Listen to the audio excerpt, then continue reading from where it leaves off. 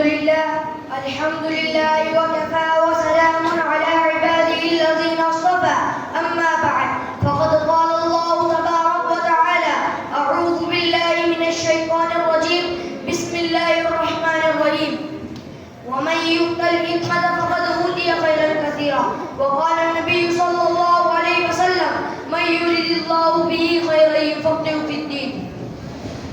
گلشن اسلام کے پروانوں زمانے کی تغیرات اور انقلابات میں مد نظر دین اسلام کو معاجزانہ طور پر ہر دور میں ایسے زندہ اشخاص عطا ہوتے رہے جنہوں نے تحریفات و تعویلات، بدعت و خرافات، مشرکانہ اعمال و رسوم الحاد، لا دینیت و دینیت، مادیت و عقل پرستی کا پردہ چاک کر کے کتاب و سنت کے چشمہ صافیہ کو ہر تحریف و تبدیلی سے محفوظ رکھا. ان اکابر امت اور ائمہ اسلام میں امام ابو حنیفہ کی ذاتی مقدسہ نمایاں حیثیت رکھتی ہے. دنیا اسلام اور ارباب علم و فن میں سے کون ایسا نہ آشنا ہے جو نعمان بن ثابت کے فقہ سے باخبر نہ ہو؟ عالم اسلام کا وہ کون سا خطہ ہے جو ابو حنیفہ کی تفقہانہ شان سے فیضیاب نہ ہو؟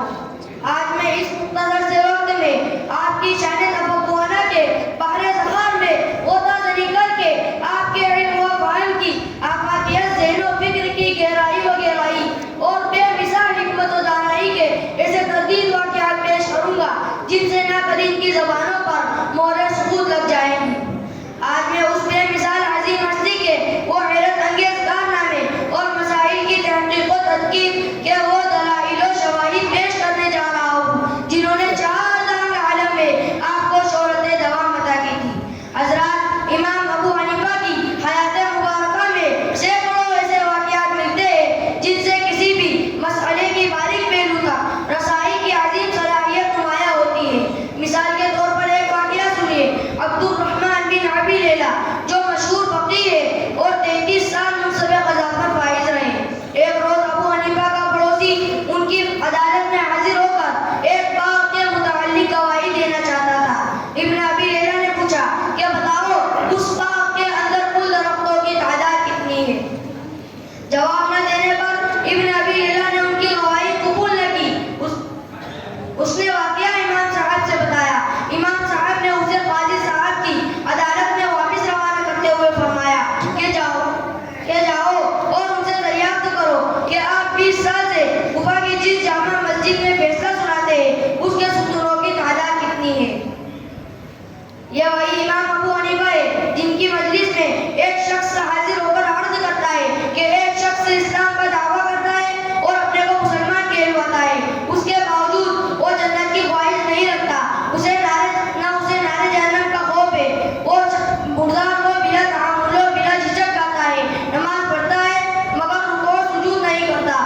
گواہی بغیر دیکھے دیتا ہے. اس کے نزدیک فتنہ محبوب اور حق مقبوض ہے. رحمت خداوندی سے دور بھاگتا ہے. یہود و نصارہ کے قول کی تصدیق کرتا ہے. بظاہر تمام وجوہات کفر کی ہے. آپ کی اس بارے میں کیا رائے ہے؟ اگر کوئی کم علم ہوتا تو سوال پورا ہونے سے پہلے ہی کفر کے فتووں کے انبار لگ جاتے. مگر یہ تو امام اعظم ہے. قربان ہو جائے ایسی ہستی پر کہ بلا کسی تردید کے فرماتے ہیں کہ وہ شخص مومن ہے. اس پر خدا کی خواہش غالب ہے. خدا ہی اس کا مطلوب ہے. اس لیے وہ جنت کی خواہش نہیں رکھتا. اسے نارے جہنم کا ڈر نہیں بلکہ رب النار کا خوف ہے. وہ شخص مردار کھاتا ہے مگر مچھلیوں کی صورت میں بغیر رکوع سجود کے نماز پڑھتا ہے مگر جنازے کی نماز. توحید و رسالت کی گواہی دیتا ہے حالانکہ اس نے خدا کو دیکھا ہے نہ رسول کو. اولاد و مال کو قرآن نے فتنہ قرار دیا ہے. اس کو محفوظ رکھتا ہے اس لیے کہ انسان کی فطرت ہے. موت حق ہے مگر دھوکے عبادت اور جماع حسنات کی وجہ سے بغض رکھنا محمود ہے. بارش اللہ کی رحمت ہے اس سے دور بھاگتا ہے تاکہ بھیگ نہ جائے. یہود کے اس قول لیست النصارى علی شیء اور نصارہ کے اس قول لیست الیہود علی شیء کی تصدیق کرتا ہے جو عین ایمان ہے. سائل و حاضرین، امام صاحب کی اس فقیہانہ نکتہ رسی پر حیرت و تعجب سے آپ کا منہ رکھتے رہ گئے. میں اسی بات پر اپنی تقریر کو ختم کرتا ہوں. وما علیکم ماشاء اللہ، سبحان اللہ. ماشاء اللہ ماشاء اللہ.